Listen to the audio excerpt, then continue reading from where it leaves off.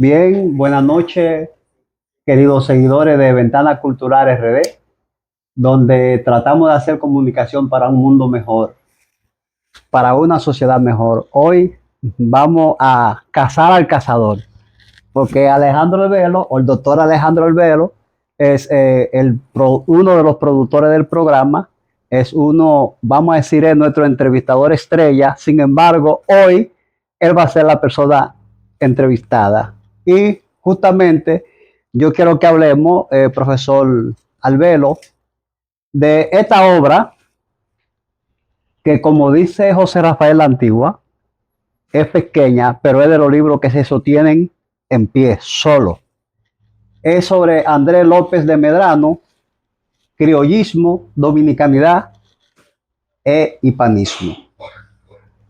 En mis lecciones de historia, tanto en la secundaria como en la universidad, pues aprendí que la independencia americana se fue sucediendo a medida que esos pueblos fueron sintiendo una identidad. O sea, ya no eran el español, sino que eran el criollo, y ese criollo fue tomando una identidad, y esa identidad es lo que le permite a ellos entonces armar de alguna manera movimientos revolucionarios para separarse de la madre patria. En el caso dominicano, según mi conocimiento lego, yo sé que el término dominicano es anterior a la proclamación de la independencia, tanto de la independencia efímera en 1821, como de la independencia cierta en 1844.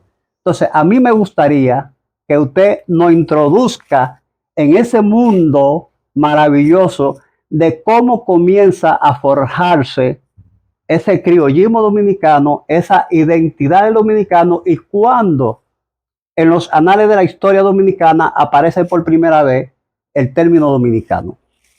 Bueno, el término dominicano aparece por primera vez a finales del siglo XVIII y aparece precisamente en un documento religioso, la novena a la Virgen de la Alta Gracia, de las Mercedes y de la Alta Gracia, así mismo, no de la Alta Gracia, sino de la Alta Gracia, que son advocaciones de la Virgen María, en ambos casos. Pero hay, vamos a decir, que dos momentos previos, documentados, que podrían hablarnos de una cierta desidentificación, o sea, de uno saber a qué atenernos respecto a quiénes somos los dominicanos. Por ejemplo, en 1795 se firma el Tratado de Basilea, y la parte este de la isla de Santo Domingo es cedida a Francia a cambio de lo que se llamaba las provincias vascongadas en España, es decir, toda la franja norte de lo que hoy es Cataluña, País Vasco, Navarra, habían sido ocupados por Francia, y entonces llegaron a un acuerdo de que Francia le devolviera esas provincias a España a cambio de la parte este de la isla de Santo Domingo. De ese modo, la isla quedó toda en manos de Francia. Por esas fechas circuló una cuarteta, circuló profusamente, que es la cuarteta del Padre Morales, que dice más o menos: ayer español nací, en la tarde etíope fui, hoy me dicen que soy francés, no sé qué será de mí. O sea, de alguna manera esa cuarteta expresa un estado de indefinición, de no saber quiénes somos. Bueno, el resto de la historia es, luego la República de Haití toma cuerpo, se independizan, los vecinos de la parte occidental se independizan de Francia y en base al tratado de Basilea, ellos reclaman esta parte también como parte de la nueva República de Haití y se producen incursiones. Pero también Francia envía envía una expedición encabezada por Leclerc, el cuñado de Napoleón, a reclamar también esta parte. Los dominicanos en 1808 se levantan en armas contra la dominación francesa y firman un acta, que es el Acta de Bondillo, en 1808, donde dicen que solo reconocen como su señor y rey a Fernando VII, que era el rey de España y que estaba prisionero en Francia. ¿Qué quiere decir eso? Que todavía no había una conciencia de ser dominicano propiamente. Ahora, ¿cuál es la importancia de Andrés López de Medrano para entrar en el tema que usted me ha planteado, hermano y colega Frank? Ya para 1813, este dominicano, porque él se siente dominicano ya, este dominicano publica el primer libro que se publica en esta parte de la isla, que es el libro Lógica, que tiene un subtítulo que es Elementos de filosofía para uso de la juventud dominicana. Entonces aparece ahí por primera vez el término. Ya había aparecido en la novena. En la novena. Pero ya de manera formal aquí. Y sobre todo después de la guerra de la batalla de Palo Hincado, de la reconquista de Núñez de Cáceres y otros, de Núñez de Cáceres, no, Juan Sánchez Ramírez y otros generales. Entonces, cuando se habla de que se publica un libro de lógica y que ese libro de lógica es para uso de la juventud dominicana, ¿de qué estamos hablando? ¿Verdad que sí? Hay alguien que está interesado en que los que se sentían dominicanos ya se formen en filosofía, se formen en lógica, es decir, adquieran la capacidad de un pensamiento propio y de un pensamiento abstracto y por tanto que tomasen conciencia de su identidad. Es interesante porque este señor, que era profesor de la Universidad Santo Tomás de Aquino, va a aparecer luego ligado a José Núñez de Cáceres, nada más y nada menos 7 años más tarde, en la proclamación de la independencia, que es una independencia como cualquier otra. Es una independencia igual que la independencia de 1844. Esa independencia es la que liga a la República, lo que hoy es la República Dominicana, al movimiento de las independencias americanas. Si nos damos cuenta, en 1821 varios países de América proclamaron su independencia, porque esa independencia era parte de ese movimiento independentista que había iniciado Bolívar en el cono sur del continente americano. Ahora, esa independencia era efímera, es efímera, no. Lo que pasa es que esa independencia fue ahogada. ¿Por qué? Por las invasiones haitianas. No son de que avance de las tropas haitianas, como dicen algunos interesados.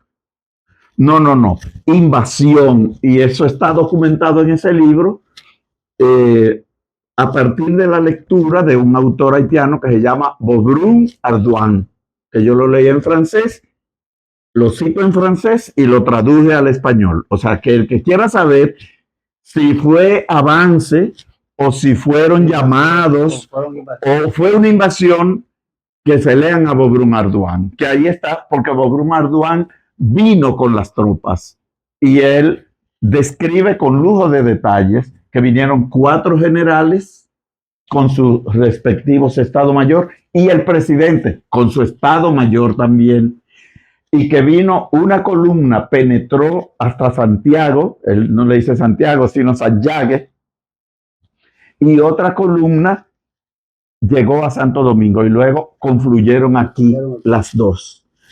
Y esa entrega de las llaves del Palacio Consistorial, que está ahí todavía, que era la sede del gobierno, esa entrega de las llaves era necesaria. ¿Por qué era necesaria?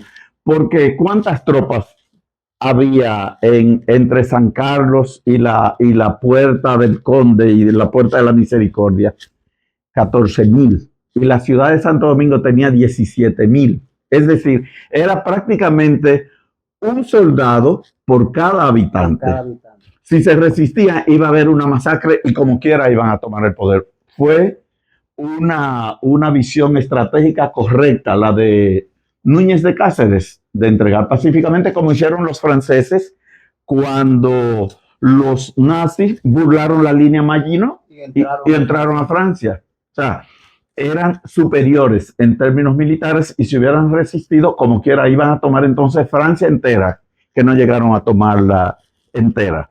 Entonces, ¿por qué es bueno hacer esta rectificación histórica? Bueno, porque es un filósofo el que está ahí, que luego naturalmente se separó de Núñez de Cáceres y se puso del lado de los haitianos. Bueno, pero hay varios puntos que me llaman la atención. Primero, de la publicación en 1813. 1814. Él lo escribió en 1813 bueno, y lo publicó en 1814. Está bien, pero lo escribió en 1813, la fecha en que nace Juan Pablo Duarte. Exactamente. Qué coincidencia. O sea, exactamente. Que ya cuando nace Juan Pablo Duarte ha comenzado a forjarse un criterio de identidad de dominicano. Otra cosa que me llama la atención y que podemos verlo en acontecimientos históricos más recientes, como usted dice, es el hecho de que pacíficamente Núñez de Cáceres entregó la llave a la ciudad, como también lo hicieron los franceses cuando la invasión nazi, como también impidió Juan Bosch que un grupo de militares dieran un contragolpe porque entendía que era una imprudencia que iba a producir un derramamiento de sangre. Es decir, el juicio, la prudencia de estos líderes, cada uno en su época y en sus circunstancias, lo empujaron a tomar decisiones que quizá en ese momento fueron cuestionadas, pero que después la historia ha demostrado que fueron las decisiones correctas. Entonces, ¿qué ocurre después de la llegada de las tropas haitianas? Porque también es bueno saber que incluso en la constitución haitiana, en la primera constitución haitiana, ellos se constituyen como no como una república, sino como el imperio de Haití. Exacto. Es decir, que Haití nace con vocación de imperio. Y como un estado en una isla nace con vocación de imperio. Bueno, si ellos tienen una parte de la isla, entonces era clara su idea de ocupar la otra parte de la isla y quizá a partir de ahí también hacer otros intentos, que quizá por la valentía de los dominicanos, que tantas veces después de 1844 luchamos y lo expulsamos, ¿verdad? Pero nunca invadimos territorio haitiano. Siempre solamente lo llevábamos hasta la frontera y porque el interés del dominicano era salvaguardar su territorio y salvaguardar vamos a decir, su identidad como un pueblo totalmente diferente al pueblo haitiano. Pero ¿qué ocurrió a partir de 1822, cuando llegan los haitianos? Parece que inicia un periodo de oscurantismo para los dominicanos. Bueno, la independencia efímera es proclamada el 1 de diciembre de 1821 y 3 meses y 9 días después entraron los haitianos en el territorio no de la República Dominicana, sino la República Independiente de Haití Español, que fue el nombre que adoptaron los independentistas. Entraron el 9 de febrero de 1822. y naturalmente lo primero que se inició fue una persecución atroz contra Núñez de Cáceres y los que proclamaron la independencia. Eso está documentado. En el libro aparece una carta desesperada que Núñez de Cáceres le envía a Bolívar, porque la idea de Núñez de Cáceres es que la República Dominicana, Núñez de Cáceres y los independentistas, que la República del Haití español formara parte del proyecto de la Gran Colombia. Pero Bolívar estaba en campaña militar y esa carta, al parecer, nunca llegó a sus manos. Nunca llegó a sus manos y nunca tuvo respuesta. Pero es una carta que habla por sí sola, la persecución que se desató aquí contra él. Luego, ¿qué siguió durante la ocupación haitiana? Nos trataron de igual a igual. No, nos pusieron un impuesto porque Haití tenía que pagar un impuesto a Francia por su independencia, un impuesto de guerra, y nos pusieron un impuesto a nosotros, incautaron los bienes de la Iglesia Católica, prohibieron el uso del español en los documentos oficiales. Hay una célebre anécdota de una visita que hizo Jean-Pierre Boyer a Samaná, que cuando él intentó comunicarse con las personas de allí, no lo entendían. Y entonces ya él se hizo la pregunta, vea que todavía aquí se habla español. O sea que había un plan clarísimo de absorción de elementos identitarios básicos para los dominicanos, como son la lengua, la religión y sigue además las costumbres. Entonces, si estábamos también, si no hubo independencia, como quieren decir algunos pro-haitianos irresponsables, porque tenían que independizarse los dominicanos, si eran también tratados, en igualdad de condiciones. ¿Por qué tuvo Duarte que salir al exilio? ¿Por qué tuvieron que ocultarse los trinitarios? O sea, naturalmente porque ellos eran la voz de defensa de esa realidad mancillada, aplastada que era la República Dominicana, que es un país no mejor ni superior, pero sí un país diferente al de una nación diferente a la de nuestros vecinos. Entonces, esto parecería que no tiene importancia, que estamos hablando de historia. No estamos hablando de historia, estamos hablando del presente. Porque hay mucha gente que quiere torcer los documentos, retorcer la realidad histórica para servir a ideologías y a propósitos contrarios a las búsquedas de la nación dominicana del presente. La historia, como decía Cicerón, es magister vitae, maestra de la vida. De hecho, profesor, vi que Juan Daniel Balcácer llamaba la atención en estos días al embajador español en Haití, porque publicó una nota donde decía que en el año 1492 Cristóbal Colón había llegado a Haití.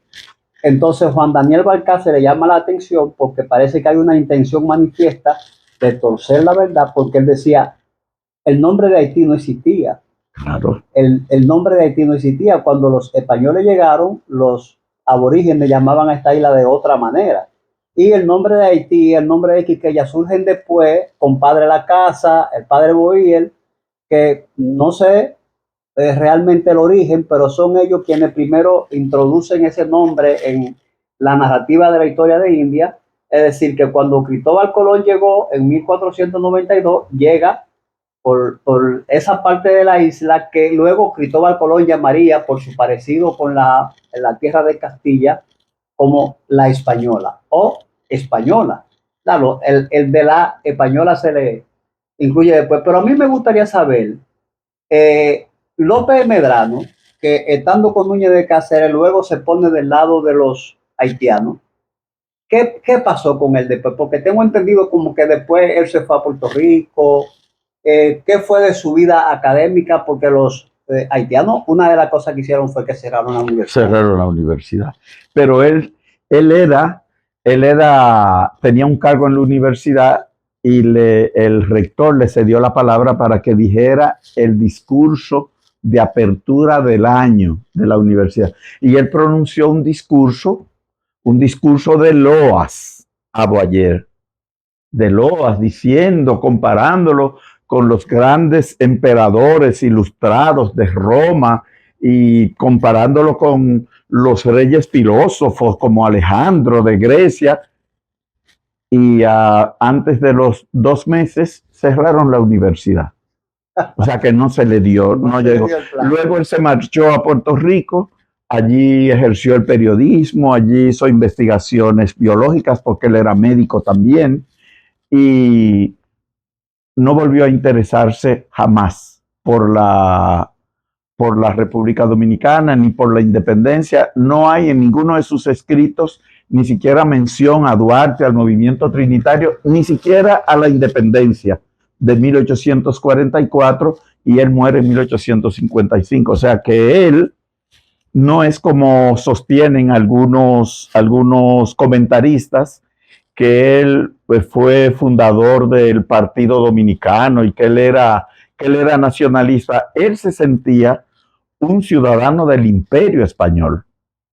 Y naturalmente, aunque él hace una protesta, hace un manifiesto en 1820, creo que es, pero ese manifiesto que él hace es un manifiesto que queda perfectamente encuadrado en la Constitución de Cádiz de 1812, que es una constitución en la que es monárquica, reconoce a Fernando VII como rey, y el propio Fernando VII luego derogó esa constitución y volvió al absolutismo, porque en esa constitución se reconoce a los territorios de ultramar, y entre los que estamos nosotros. Y de hecho, como provincia española, hubo 2 diputados de la parte este de Santo Domingo que estuvieron en la redacción del texto de la Constitución de Cádiz. Bueno, algo interesante, profesor, le va a sorprender. Usted sabe que en estos días usted estuvo en la Universidad Autónoma de Santo Domingo hablando, siendo entrevistado por 4 o 5 de sus estudiantes que se leyeron a López de Medrano y querían cuestionar a usted sobre el contenido del texto. ¿Qué le parece a usted si entonces nosotros vemos ahora la entrevista? En lugar de yo seguir haciéndole preguntas a usted, vamos nosotros a ver la entrevista que sus estudiantes le hicieron sobre López de Medrano. Así que lo dejo en compañía de la entrevista para que veamos las preguntas que ellos le hicieron y las respuestas que usted le dio. Muchísimas gracias, hermano Frank.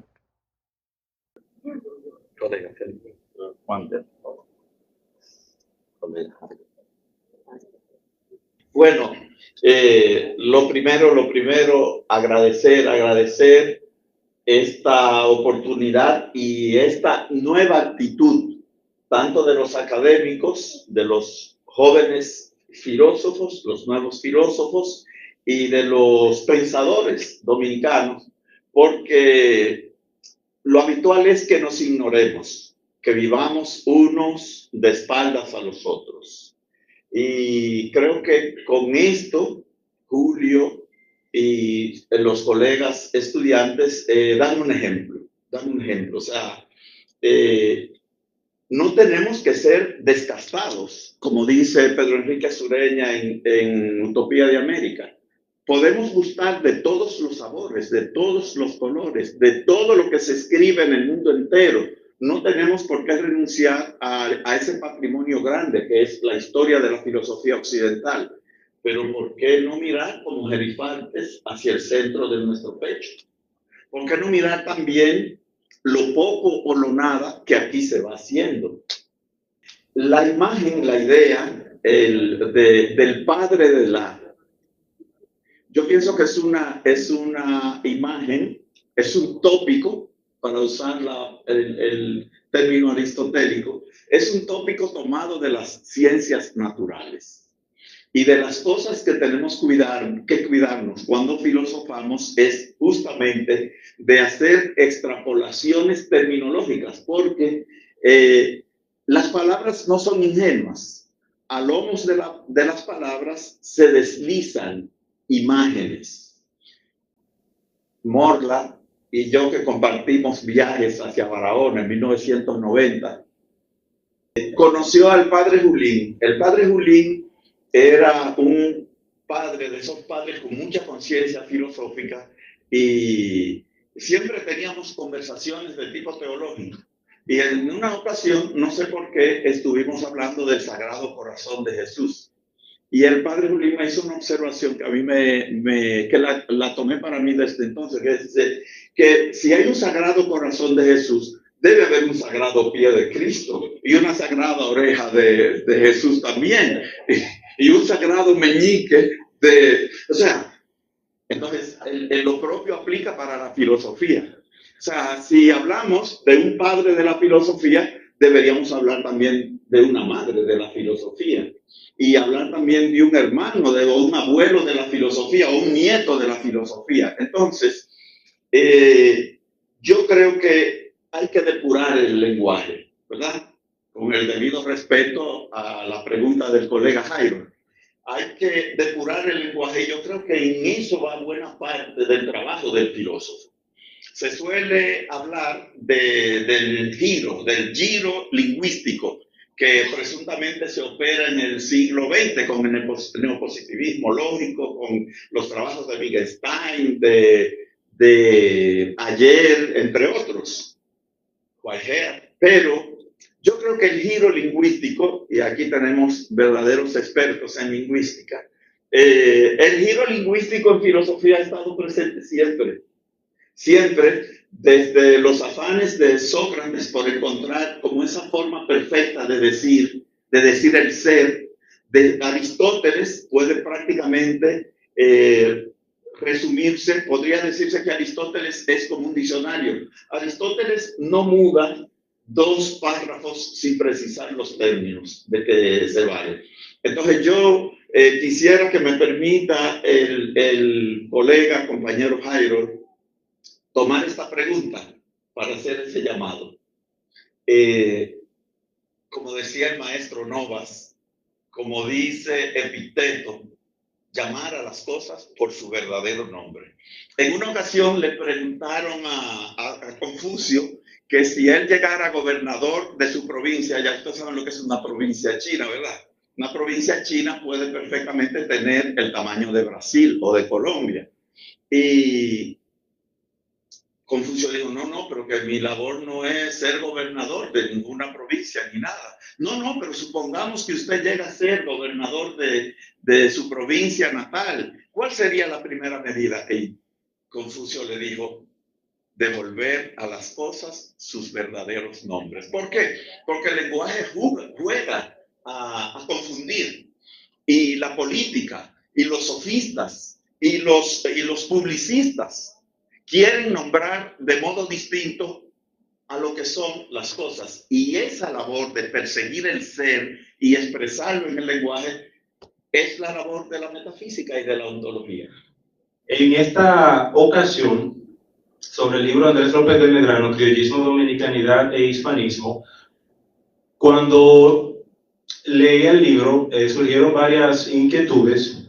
Es importante resaltar, o a mi entender al menos, la dominicanidad es un tiempo que nunca pasa de moda, independientemente de que hoy, comparativamente a aquel entonces, pues hayan ideas más claras, ya estamos más formalizados a nivel de Estado, nación, todo lo demás. Siempre es bueno replantearse la dominicanidad, la idea de lo dominicano, y también resaltar que aunque para algunas personas puede ser un tema concluso y ya clara la definición, para otros, es mi caso, a veces uno pues se hace la cuestionante para ver en qué estamos parados. A mí me gustaría preguntarle, a su entender, según lo que usted planteó en este riquísimo libro, ¿cuál cree usted que es la postura de Andrés López de Medrano ante los nacidos y criados en el territorio de Quisqueya, en aquel entonces, descendientes de padres africanos? Se lo planteo porque padres extranjeros es una situación, ese es un ejemplo de ese momento, atañe mucho a ese momento, pero vivimos también hoy algo parecido con la nación haitiana. Muchos haitianos de ambos padres haitianos nacen aquí y se crían aquí. Entonces, me gustaría que usted dé algunas pinceladas sobre el tema, si realmente es nacional, es dominicano, un individuo que culturalmente está vinculado a nosotros en su crecimiento, en su desenvolvimiento, o si lo arrastra más la sangre y su descendencia, según lo que usted plantea en el manual. Me gustaría que nos ilustre un poco sobre esta idea, este idealismo de los dominicanos. Bueno, tendríamos para referirnos al tema que plantea el colega Felipe, tendríamos que hacer un poco de ciencia ficción filosófica, porque hasta donde sabemos, Andrés López de Medrano no se planteó ese problema. Ahora, la ciencia ficción no es ajena a la filosofía. No voy a repetir la anécdota de Borges, que decía que la metafísica era uno de los capítulos de la ciencia ficción, pero Julio Minaya, el colega Julio Minaya, organizó un coloquio internacional acerca de López de Medrano en 2017, ¿verdad, Julio? 2014. Sí, 2014. Entonces, pero no, esta no es las memorias. Las memorias de ese congreso están publicadas. Es un volumen. Pero no, para ese momento, Julio me pidió que hiciera una semblanza de Andrés López de Medrano. Pero ¿qué pasa? Y ya está publicada en esta edición, que es la edición, una de las ediciones que se han hecho de la lógica, que la hizo Julio en colaboración y con la colaboración de la profesora. No, esta es de Julio, la que editaron, la colaboración para la edición fue de las memorias, pero esa edición está al cuidado de Julio Minaya. Julio me pidió que para esa edición trazara una semblanza de Andrés López de Medrano, y está publicada ahí, está recogida ahí.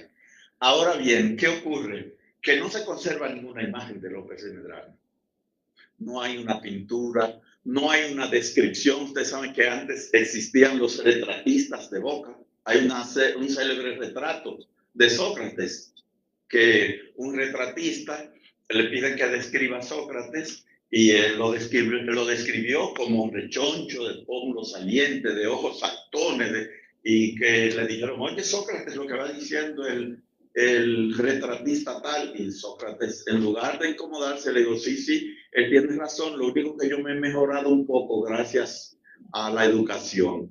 Pues, evadió el tema también, porque es verdad, lo llevó al plano del pensamiento. Entonces, Julio me pidió, y no hay cosa que Julio me pida a la que yo pueda decir que no. Me pidió que hiciera una semblanza y yo hice la semblanza. A los que se interesen por esa semblanza, en parte racional, en parte ciencia ficción, de López de Medrano, está ahí en la edición de Julio. Ahora bien, esta portada de este libro que han escogido los colegas para este diálogo, ese es un retrato de López de Medrano.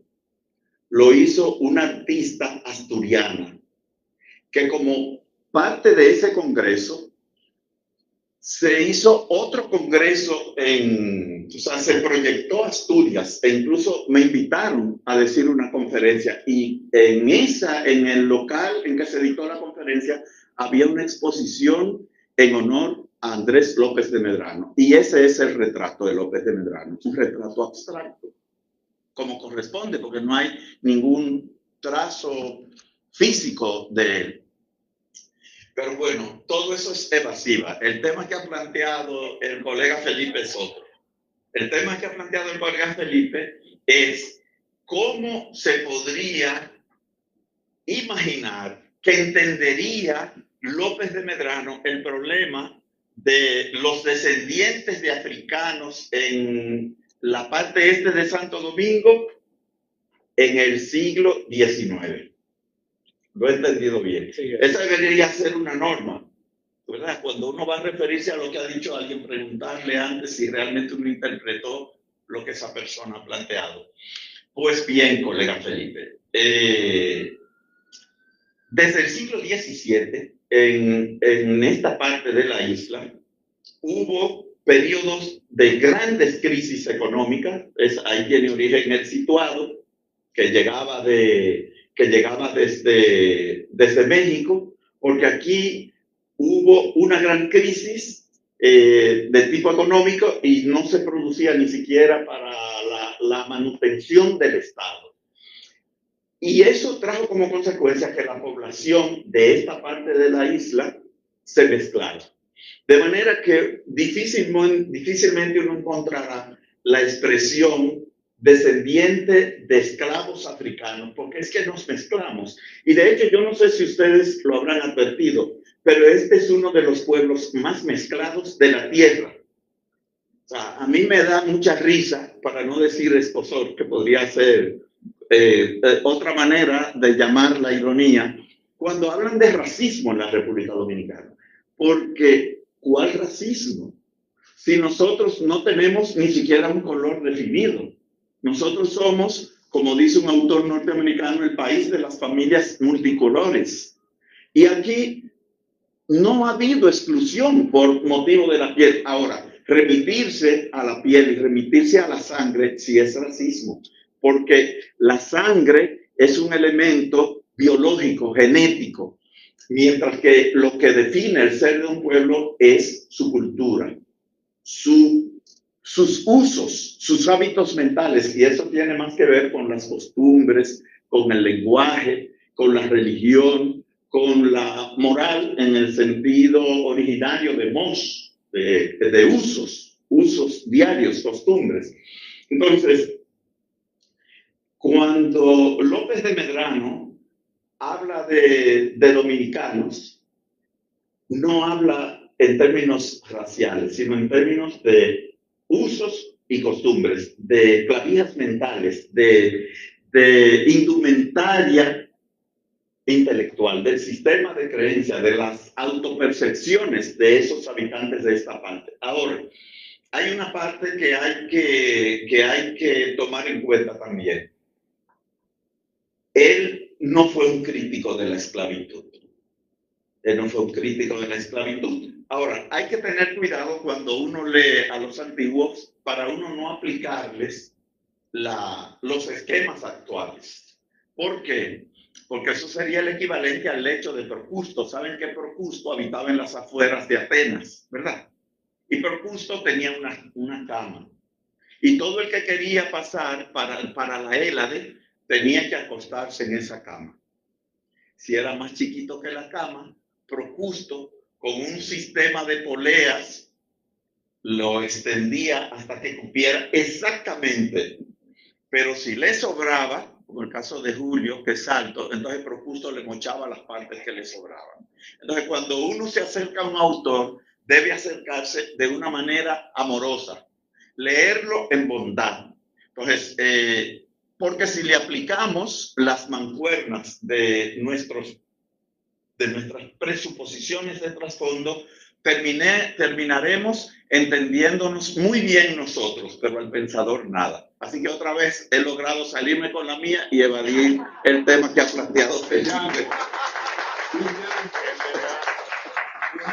En verdad contestó. Gracias. Bueno, maestro, no voy a extenderme diciendo lo que pienso sobre usted, porque ya mis compañeros lo han dicho bastante bien y además pienso que usted ya lo sabe.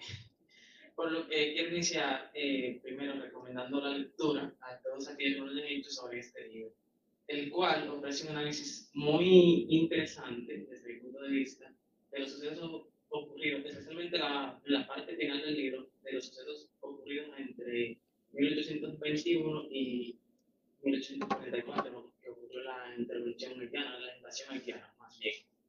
En este libro, en esa parte, el maestro plantea o analiza las posturas o la posición tomada por Andrés López de Medrano y la contrapone a la de José Núñez de Cáceres, aquí en la parte final del libro. Es muy importante la lectura para los estudiantes de filosofía, pero también para todo el público general, ya que es un llamado a permanecer atentos ante el panorama actual de nuestro país, para que no vaya a suceder lo que al parecer le sucedió a José Núñez de Cáceres, que permaneció dormido sin enterarse de la situación que vivía el país, hasta que fue despertado cuando ya era demasiado tarde, por quien precisamente sacó provecho de este estado de enajenación y somnolencia que al parecer él se mantuvo. Mientras leía, en la página 77, encontré una frase que llamó grandemente mi atención. Sí, lo dice, hay silencios que hablan. Cuando llegué a esa parte, confieso, tuve que detenerme. Esa frase me paralizó. Me detuve y me hizo pensar en la situación actual del país.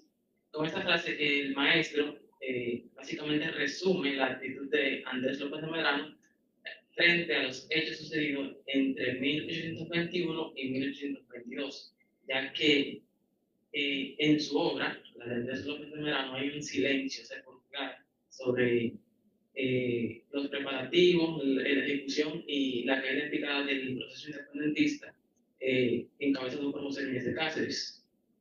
Pero cuando leí esa frase, vuelvo y repito, hay silencios que hablan, eso me hizo pensar en el presente. Y surgieron varias preguntas, porque como es sabido por muchos aquí, nuestro país se encuentra en una situación crítica debido a las oleadas migratorias que estamos sufriendo del vecino país. Y lamentablemente, de nuestros pensadores, filósofos y académicos son muy pocos los que se atreven a alzar la voz sobre esto. Hay muy pocas personas hablando sobre esto. Entonces, eso me hizo preguntar si nosotros, con nuestro silencio, estamos hablando. Quería preguntarle, entonces, maestro, son dos preguntas básicamente. ¿A qué se debe el silencio de nuestros académicos, pensadores y filósofos respecto a este tema?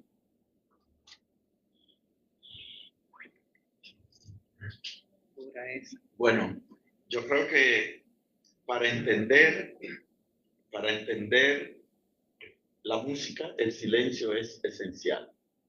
Y para entender la derrota, el derrotero definitivo de la conciencia pública dominicana, hay que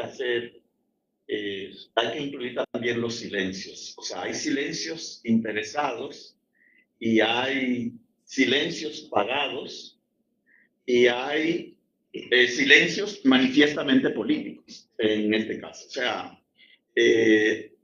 a veces se les paga a determinados comunicadores, por ejemplo, no es tanto para que digan esto o aquello, sino para que no toquen determinados temas. Eso está documentado, eso se puede filiar. Entonces, pero yo creo que hay un método que es el método que sugiere Foucault, que es el método de la arqueología. Para entender dónde estamos, a veces hace bien escarbar un poco en cómo hemos llegado hasta aquí. Por ejemplo, la izquierda nuestra fue siempre una izquierda, ante todo, nacionalista y antitrujillista y antibalaguerista. Eso trajo como consecuencia que, por ejemplo, cuando en 1978 la mayoría de los que están presentes aquí creo que no habían nacido o no tenían conciencia, la conciencia política, Pero cuando en 1978 llega Balaguer al poder, ese es el año que Morla, Julio y yo entramos a la universidad a estudiar en esta misma facultad, la izquierda de pronto se quedó sin discurso. Porque la izquierda, su objetivo no era el socialismo, no era solo el internacionalismo proletario, o la distribución, o la justicia distributiva, o la distribución de los medios de producción, la redistribución, la recolocación de las fuerzas productivas.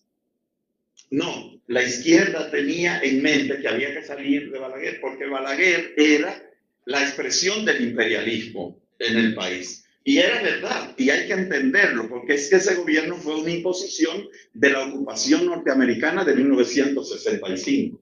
Ahora, la izquierda se quedó sin discurso. Muchos fueron asimilados, muchos entraron al PLD, que no era de izquierda, no fue nunca de izquierda, sino de centro demócrata. Y la izquierda, y esto de alguna manera pasa años después con la caída del muro, y con algo que señala Lenin en el imperialismo fase superior del capitalismo, que es, o como dice Marcuse en El hombre unidimensional, ensayos sobre las sociedades altamente industrializadas, el capitalismo no es pasivo, dice Marcuse. El socialismo real le sirvió de médico de cabecera al capitalismo. ¿Qué quiere decir? El capitalismo aprendió. ¿Y qué hizo el capitalismo? Ya lo entrevé Lenin en el imperialismo en fase superior del capitalismo. Integró al obrero. ¿No es el obrero el sujeto de la revolución? Entonces, ¿qué hace el capitalismo? Lo integra. ¿Cómo lo integra? De múltiples maneras. Lo integra haciéndole partícipe de las ganancias de las empresas, reduciendo el horario laboral, concediéndole muchísimos derechos que ahora precisamente quieren echar hacia atrás porque ya no hay socialismo real. Se han dado cuenta que incluso aquí mismo hay iniciativas para reducir los derechos de los trabajadores. Entonces, ¿qué pasó? La izquierda se quedó sin discurso. ¿Qué tuvo que hacer la izquierda? Asumir una serie de discursos que precisamente han sido puestos sobre la mesa por los que repensaron el capitalismo, como los feminismos, como si la lucha frente a la injusticia del sistema sea de que una lucha entre mi mujer y yo, de que el problema es de que entre varones y hembras. No es por ahí el problema. El problema es el sistema. ¿Ustedes creen que el problema actual es disque la corrupción? ¿Que el sistema no funciona porque hay corrupción? No, yo sé de países donde hay muchísima corrupción y el sistema funciona, como los países nórdicos o España, donde yo viví. O sea, y así ha pasado también con el tema del cosmopolitismo, la globalización. La izquierda compró ese discurso y la izquierda perdió el horizonte. Entonces, aquí los principales voceros de ese humanismo abstracto, de ese laissez-faire, laissez-passer en términos del problema migratorio, los que han tenido la voz cantante ha sido la izquierda y los que se creen críticos del sistema. Entonces, ¿qué hay que hacer? ¿Qué hay que hacer? Yo creo que hay que hacer la crítica de la conciencia pública. El que tenga algo que decir, debe decirlo. Yo creo que desde mi plano, yo he hecho lo que tengo que hacer, lo he escrito, lo he dicho, y como yo otros, como Eulogio Silverio, sin caer en chauvinismos y sin exclusivismos y sin ser partidarios de maltrato ninguno. No, pero ¿qué es lo que queremos? Queremos perder el país, no frente a los haitianos, frente a cualquiera, frente a cualquiera. ¿Por qué yo puedo estar en contra del imperialismo, de la presencia del imperialismo, de la tutela imperialista aquí, y no puedo estar en contra de la inmigración desordenada? ¿Cómo puede, para qué se hacen censos? ¿Cómo puede un país recibir oleadas descontroladas de inmigrantes de cualquier país sin temer que llegue un momento en que los nativos sean minoría? ¿Cuántos hijos tienen la clase media aquí? 1, 2 y 3. 3 es mucho ya. ¿Y los inmigrantes? 10 y 12. Entonces es malo, es racista que yo haga una proyección a 50 años o a 100 años. Entonces, es malo defender el espacio vital de un país.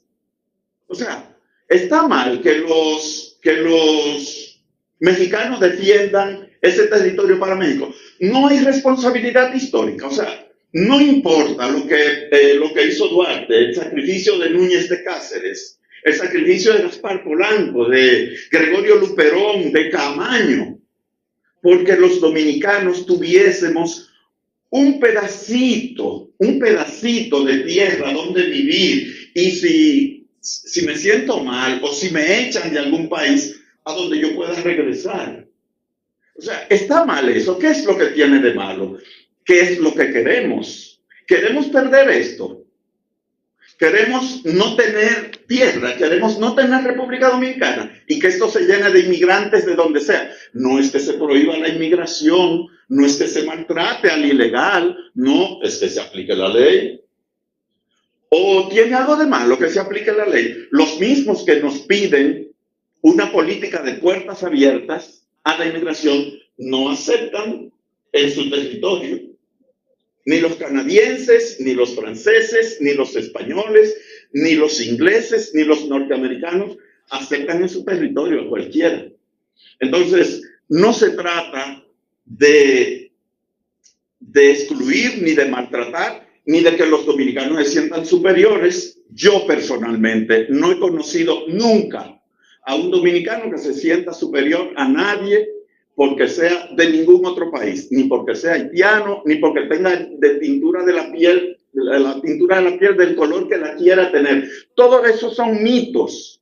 Entonces, aquí hay una costumbre de hablar, sin presentar argumentos y sin presentar pruebas.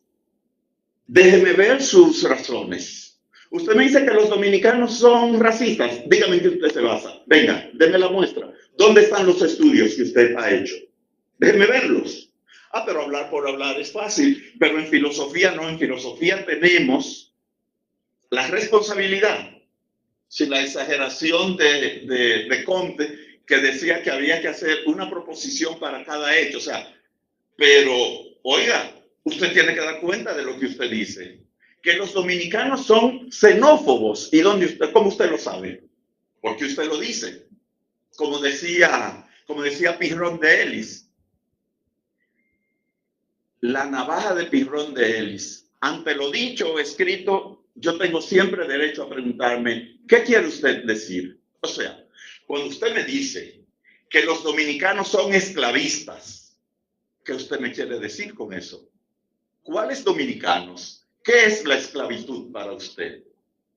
Que los dominicanos excluyen a los haitianos, ¿qué usted quiere decir con eso? Porque yo me encuentro con los haitianos donde quiera, aquí en la universidad, en el supermercado, en la calle, en el teatro, y yo no veo que nadie maltrata a nadie. Soy haitiano, pues tengo derecho a maltratarte. Yo no he visto eso aquí.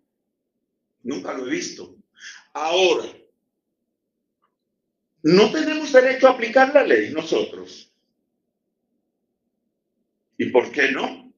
Y la segunda cuestión que plantea Pirrón de Elis es, ¿cómo lo sabe usted? Yo creo que nosotros tenemos, no solo para los demás, sino para nosotros mismos, que hacer costumbre, como se usa en filosofía, de dar cuenta de lo que pensamos. ¿Usted quiere que yo acepte su punto de vista? Convénzame. Dígame sus razones. ¿Usted quiere que yo asuma lo que usted dice? Explíqueme qué es lo que usted quiere decir. Ahora, que hay dominicanos que por pagar menos prefieren la mano de obra haitiana, bueno, allá ellos, allá ellos. Pero, ¿y por qué no pensar en, si ese es el caso, pagar un poco más y darle la misma labor, el mismo trabajo a un dominicano? ¿Por qué no? ¿Por qué no pensar como piensan en otros lados, en la nacionalización del trabajo? ¿O ustedes creen que en España para uno de nosotros es fácil colocarse en términos laborales? Díganmelo a mí, que estuve allí 6 años. Claro que sí hay trabajos para conducir camiones, para repartir cargas, aunque usted sea licenciado, si usted no es de allí. Entonces, yo creo que ese diálogo tiene que darse. Frente al silencio, la palabra, no el otro silencio. No el silencio de la apatía, no el silencio de la irresponsabilidad. Yo creo que cada quien tiene que decir lo que tiene que decir, lo que usted crea y sustentarlo. O sea, mucha gente aquí tiene la idea de que la filosofía no debe ocuparse de estos temas. En los años 90, a quienes hablábamos de estas cosas, nos llamaban esencialistas. Oye, terminachos, el tema de la identidad está planteado clarísimamente en Parménides y en Heráclito. Y en Aristóteles, el Aristóteles de la política, que dice, bueno, la verdad es que, como decía Simónides, ser bárbaro y ser esclavo es casi lo mismo, porque el libre para él era el heleno, el habitante del Ática. Bueno, yo creo que por fin me he referido a un tema ahora. Usted ha logrado provocarme, colega. Ahora estoy yo hasta nervioso. No sé.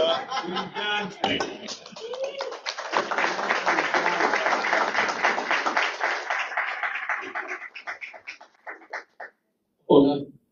Bueno, maestro, sobre Andrés López de Medrano y relacionado a su vida, me da curiosidad y se me hizo esta pregunta en la mente.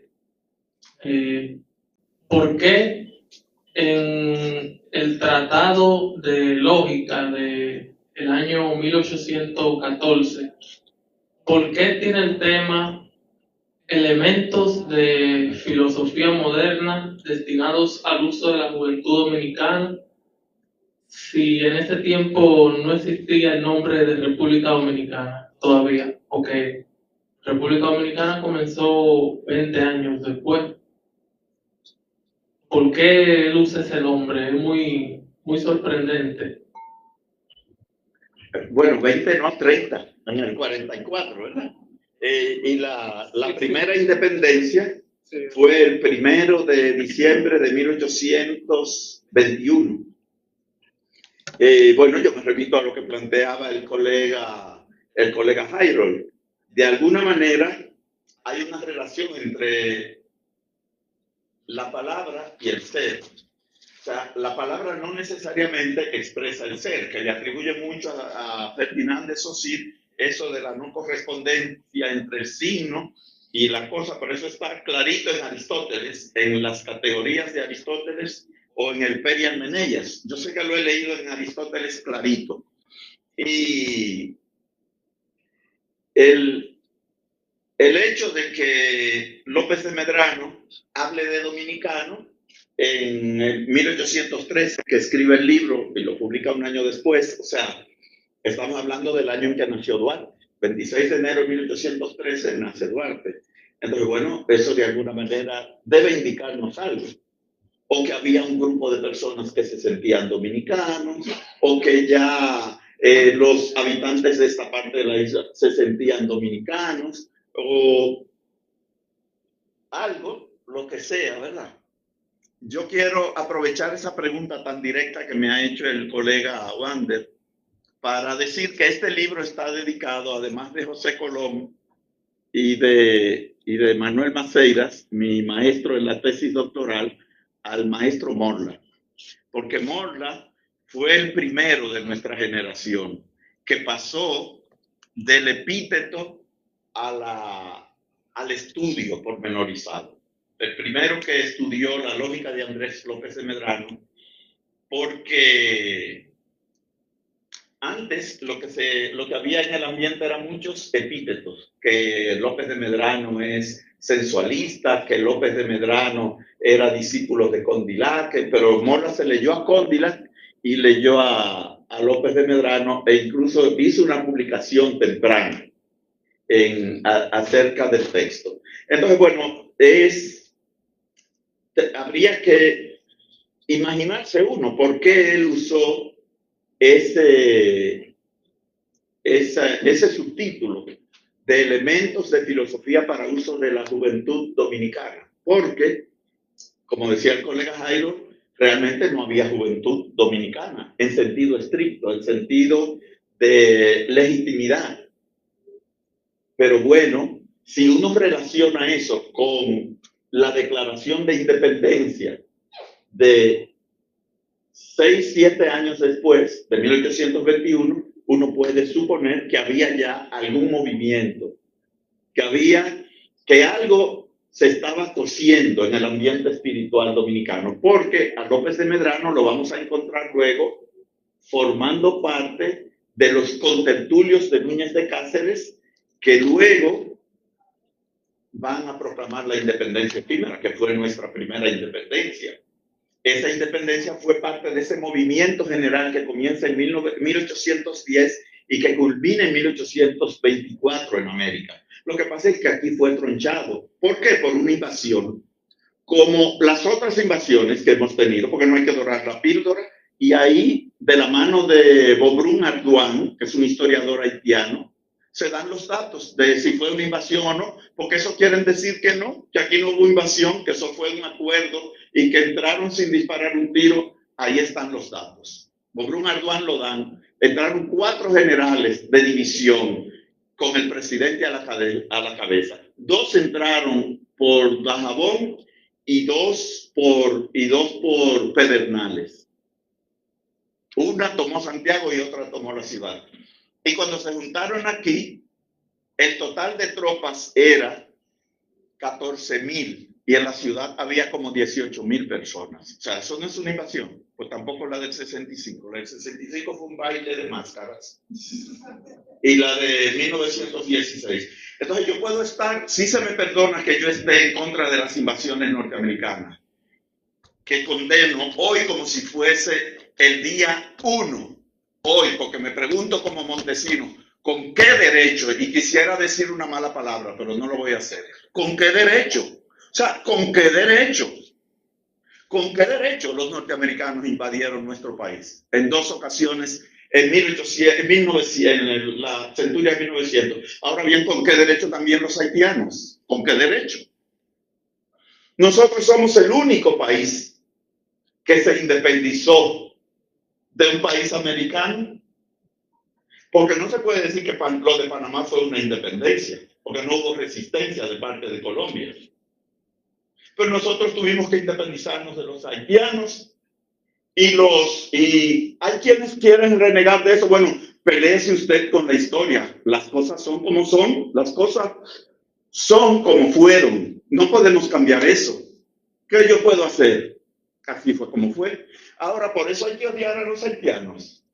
Hay que odiar a los norteamericanos. No, eso no fueron ni siquiera los haitianos ni los norteamericanos, sino las camarillas en el poder. Los estados, el estado fue que hizo eso. Ahora, ese haitiano que viene aquí a vender maní, eso no tiene nada que ver con eso.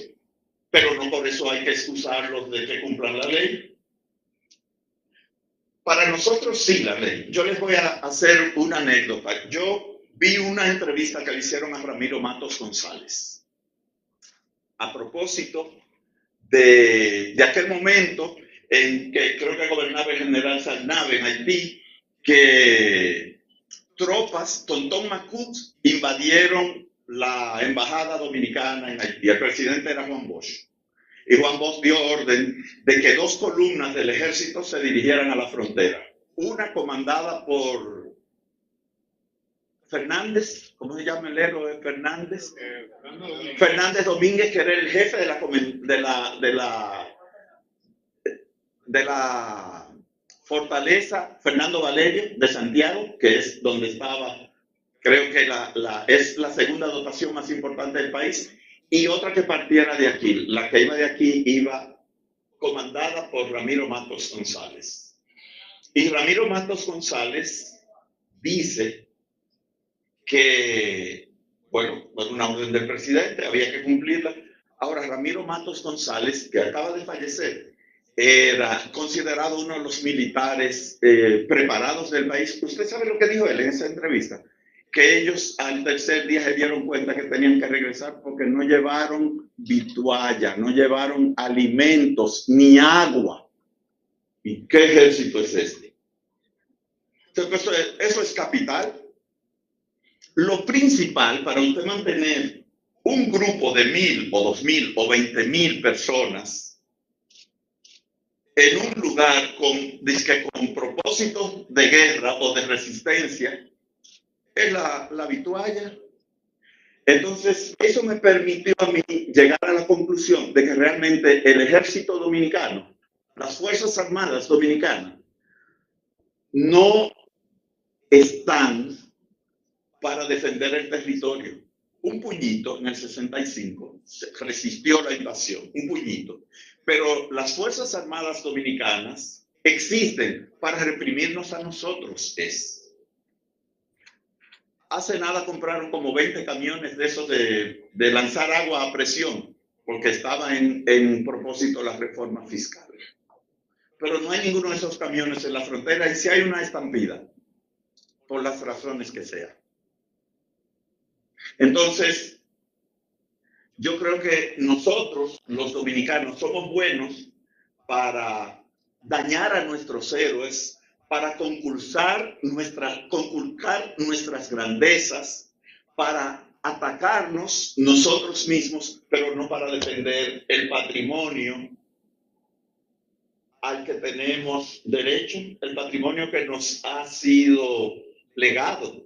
Entonces yo creo que hay que hacer acopio de todas estas informaciones, como esa que ha planteado el colega Wander, porque yo creo que hay que reformar la conciencia, hay que restituir el amor por esto, y si un día nos despertamos y ya no tenemos espacio vital, no tenemos tierra, ¿qué pasará con nosotros? Si un genio malo, ¿verdad? Para tomar la imagen cartesiana, si un genio malo mientras dormimos hoy quita este pedazo de tierra y lo lanza a algún rincón del cosmos y mañana nosotros amanecemos flotantes, ¿qué va a ser de nosotros? ¿A dónde vamos?